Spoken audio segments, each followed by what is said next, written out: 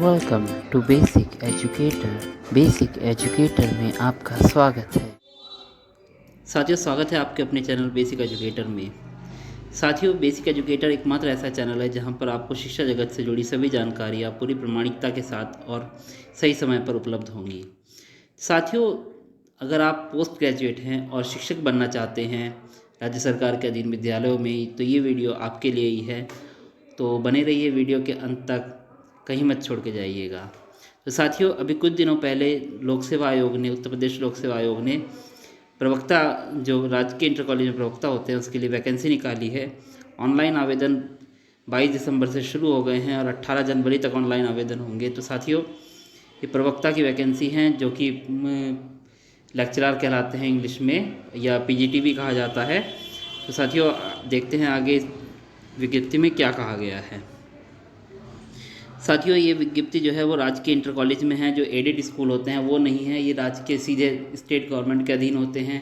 और सबसे बड़ी खास बात ये है कि अगर आप इन विद्यालयों में लगते हैं तो आप राज्य सरकार के कर्मचारी कहलाते हैं। आप एडेड स्कूल के जो होते हैं वो जो एम्प्लॉय होते हैं उनको सैलरी तो पूरी मिलती है, बराबर मिलती है, पर वो राज्य सरकार के एम्प्लॉय नहीं कहलाते हैं। पर जो राजकीय इंटर कॉलेज होते हैं, जो कि वैकेंसी निकली है प्रवक्ता राजकीय इंटर कॉलेज के लिए, तो ये जो कर्मचारी होते हैं ये राज्य सरकार के कर्मचारी कहलाते हैं। राज्य सरकार के कर्मचारियों को मिलने वाले सभी बेनिफिट्स जो हैं वो इन्हें भी मिलते हैं। तो सबसे पहले हम रिक्त पदों की संख्या पर नज़र डालेंगे। साथियों, जो रिक्त पदों की संख्या है, अगर आप ध्यान देंगे तो वर्तमान चयन हेतु रिक्तियों की कुल संख्या 1473 यानी कि 1473, जिसमें पुरुष शाखा हेतु 991 रिक्तियाँ अतः महिला शाखा हेतु 482 रिक्तियाँ बताई गई हैं।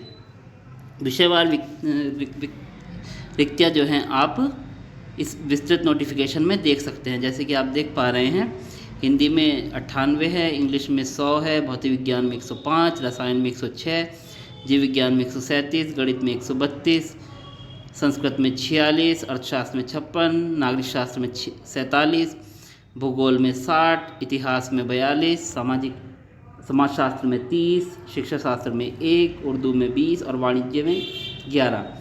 आप अपने जो भी वर्गवार वैकेंसी हैं वो नोटिफिकेशन में ठीक से आप देख पाएंगे। इस प्रकार से पुरुष शाखा में टोटल 991 वैकेंसीज़ हैं, और महिला शाखा में हिंदी में 21, अंग्रेजी में 22, भौतिक विज्ञान में 57, रसायन विज्ञान में 59, जीव विज्ञान में 91, गणित में 137, संस्कृत में 13, अर्थशास्त्र में 10, नागरिक शास्त्र में 15, भूगोल में 14, इतिहास में 15, समाजशास्त्र में 8, शिक्षा शास्त्र में 4, उर्दू में 5, वाणिज्य में 1, गृह विज्ञान में 10। इस प्रकार से आप टोटल देख पा रहे हैं 482 वैकेंसियाँ जो हैं वो महिला वर्ग में हैं। साथियों, इसकी जो आवेदन करने की जो तरीका है वो बताया गया है। प्रथम स्तर में आप कैंडिडेट रजिस्ट्रेशन पर जाकर क्लिक कर सकते हैं। द्वितीय स्तर पर आप क्लिक पर प्रोसीड पेमेंट, यानी कि आप रजिस्ट्रेशन करने के बाद आप उसको पेमेंट करेंगे। और तृतीय स्तर में प्रोसीड फॉर फाइनल सबमिशन, यानी कि जब आपकी फ़ीस जमा हो जाएगी फिर उसके बाद आप फाइनल सबमिट करने के लिए उसको अप्लाई करेंगे। आवेदन शुल्क पर अगर हम नज़र डालते हैं साथियों, तो अनारक्षित और आर्थिक रूप से कमज़ोर वर्ग और अन्य पिछड़ा वर्ग यानी कि ओबीसी, जनरल और ईडब्ल्यूएस के लिए जो है परीक्षा शुल्क 100 रुपये प्लस ऑनलाइन प्रक्रिया 25 रुपये यानी कि 125 रुपये है टोटल। और अनुसूचित जाति जनजाति के लिए टोटल 65 रुपये जो है परीक्षा शुल्क दिया गया है। अगर आप ध्यान देंगे तो यहाँ पर आप देख सकते हैं। अगर हम आगे बढ़ते हैं, अगर इसकी योग्यता पर जाएंगे तो हम देख पाएंगे शैक्षिक अर्हता जो है ये इस कॉलम में 10वें नंबर के कॉलम पर दिया गया है। आप इस पर ध्यान से देखेंगे तो आप देख पाएंगे जो हमारे शैक्षिक अर्हता है वो प्रवक्ता पुरुष / महिला, समाजशास्त्र, भूगोल, अर्थशास्त्र, इतिहास, नागरिक शास्त्र, भौतिक शास्त्र, रसायन शास्त्र, अंग्रेजी, गणित। इसके लिए जो शैक्षिक अर्हता है वो है भारत में विधि द्वारा स्थापित किसी विश्वविद्यालय से संबद्ध विषय में स्नातकोत्तर या सरकार द्वारा उसके समक्ष मान्यता प्राप्त कोई उपाधि, यानी कि आपको अगर इन विषयों में प्रवक्ता बनना है तो आपको उस विषय में, संबंधित विषय में पीजी पोस्ट ग्रेजुएट होना चाहिए। प्रवक्ता जीव विज्ञान के लिए आपका वनस्पति विज्ञान या जंतु विज्ञान में स्नातकोत्तर उपाधि होनी चाहिए, यानी कि जूलॉजी या बॉटनी में आपको एमएससी होना चाहिए। प्रवक्ता पुरुष महिला शिक्षा शास्त्र के लिए मनोविज्ञान या शिक्षा शास्त्र में स्नातकोत्तर उपाधि होनी चाहिए, यानी कि साइकोलॉजी या एजुकेशन में आपके पास पोस्ट ग्रेजुएशन होना चाहिए, और आपके पास LT या B.Ed होना चाहिए। इसके साथ भारतीय विधि द्वारा स्थापित किसी विश्वविद्यालय शिक्षा शास्त्र में स्नातकोत्तर उपाधि, यानी कि आपने अगर M.Ed किया हुआ है तो भी आप अप्लाई कर सकते हैं। प्रवक्ता हिंदी के लिए हिंदी में स्नातकोत्तर तथा संस्कृत विषय के साथ कला स्नातक या संस्कृत विश्वविद्यालय वाराणसी से शास्त्रीय परीक्षा का प्रमाण पत्र। उर्दू के लिए भारत में विधि द्वारा स्थापित किसी विश्वविद्यालय से उर्दू में स्नातकोत्तर उपाधि या सरकार द्वारा उसके समकक्ष कोई उपाधि। संस्कृत के लिए भारत में विधि द्वारा स्थापित विश्वविद्यालय संस्कृत में स्नातकोत्तर उपाधि या सरकार द्वारा उसके समकक्ष, यानी कि MM होना चाहिए आपके संस्कृत में। वाणिज्य के लिए आपके पास M.Com होना चाहिए। गृह विज्ञान के लिए आपके पास गृह विज्ञान या गृह कला में स्नातकोत्तर उपाधि होनी चाहिए, या इलाहाबाद विश्वविद्यालय या बड़ौदा विश्वविद्यालय से BSc गृह विज्ञान या गृह कला में स्नातक, या गृह अर्थशास्त्र विषय में इलाहाबाद विश्वविद्यालय से स्नातक, या IT कॉलेज लखनऊ से BSc यूथेनिक्स या इसके समकक्ष कोई विदेशी अर्हता होनी चाहिए। मतलब बेसिकली आपके पास गृह विज्ञान में MA या MSc होना चाहिए। इसमें अधिमानी अर्हता दी गई है साथियों। प्रवक्ता शिक्षा शास्त्र, गृह विज्ञान और वाणिज्य को छोड़कर शेष विषय तो अधिमानी अर्हता निम्नवत है। राजकीय या मान्यता प्राप्त प्रशिक्षण विद्यालय से LT डिप्लोमा या भारत में विधि द्वारा स्थापित किसी विश्वविद्यालय से शिक्षा शास्त्र की उपाधि। उक्त के अतिरिक्त सभी विषय तो निम्नवत अधिमानी अर्हता भी है। प्रादेशिक सेना में कम से कम 2 वर्ष की सेवा की हो, राष्ट्रीय कैडेट कोर का B प्रमाण पत्र प्राप्त किया हो।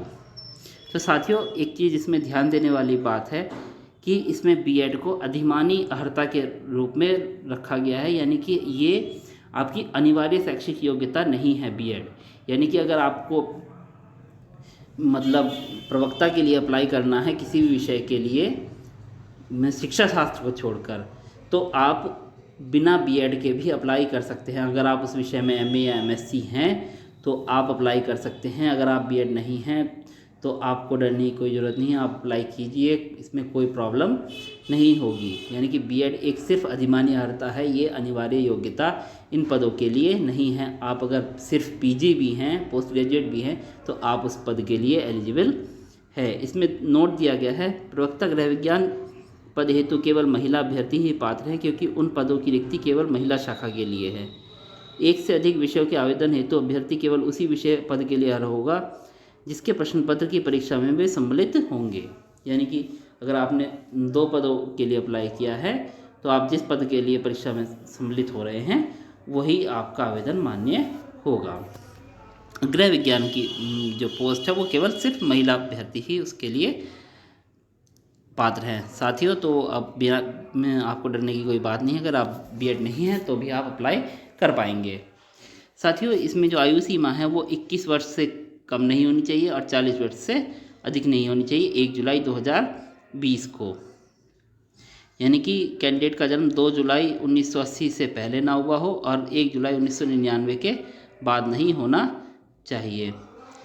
अधिकतम आयु सीमा में जो राज्य सरकार की नॉर्म्स के अनुसार छूट भी दी गई है। प्रवक्ता पुरुष महिला राजकीय इंटर कॉलेज लिखित परीक्षा की कतिपय सूचनाएं। प्रारंभिक परीक्षा में सफल होने पर मुख्य परीक्षा में सम्मिलित किए जाएंगे। आप ध्यान से देख पा रहे हैं तो इसको देखिए, इम्पॉर्टेंट क्लॉज दिया गया है। आपको लिखित परीक्षा के लिए दोबारा अप्लाई करना होगा। अगर आप प्री पास करते हैं तो दोबारा से आपको मेंस के लिए अप्लाई करना होगा।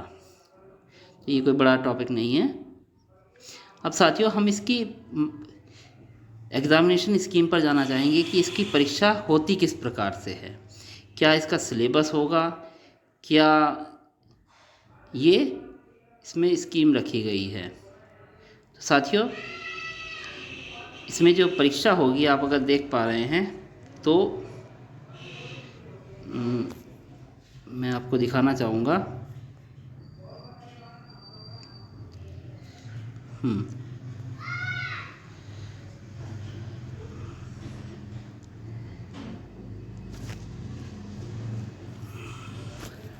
अब यहाँ पर ध्यान दीजिए, प्रारंभिक परीक्षा में सामान्य अध्ययन वैकल्पिक विषय का एक प्रश्न पत्र होगा जो वस्तुनिष्ठ या वह बहुविकल्पीय प्रकार के होगा। इसमें 120 प्रश्न होंगे, यानी कि 40 वैकल्पिक विषय के और 80 वैकल्पिक विषय के और 40 सामान्य अध्ययन के, यानी कि जनरल स्टडीज़ के 40 क्वेश्चन और 80 क्वेश्चन जो है वो आपके सब्जेक्ट से रिलेटेड होंगे।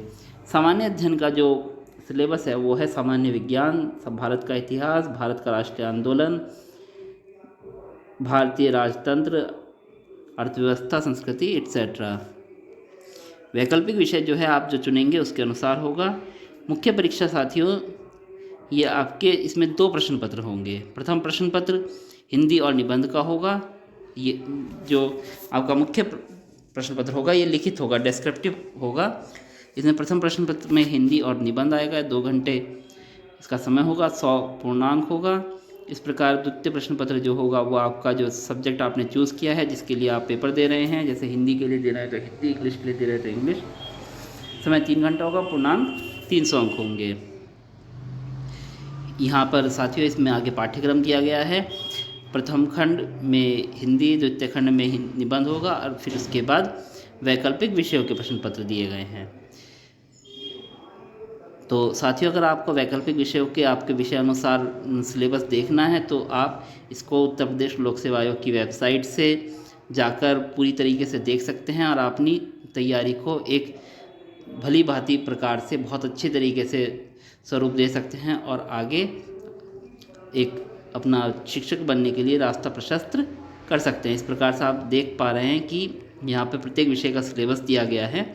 आप जब भी तैयारी करें इस सिलेबस के अनुसार ही तैयारी करें, क्योंकि जो प्रश्न आएंगे वो इस सिलेबस में से ही आएंगे। आपको हार्ड वर्क के साथ साथ स्मार्ट वर्क भी करना होगा, उसके लिए आपको ये सिलेबस पता होना बहुत ज़रूरी है। ये सिलेबस आप वेबसाइट से डाउनलोड कर सकते हैं।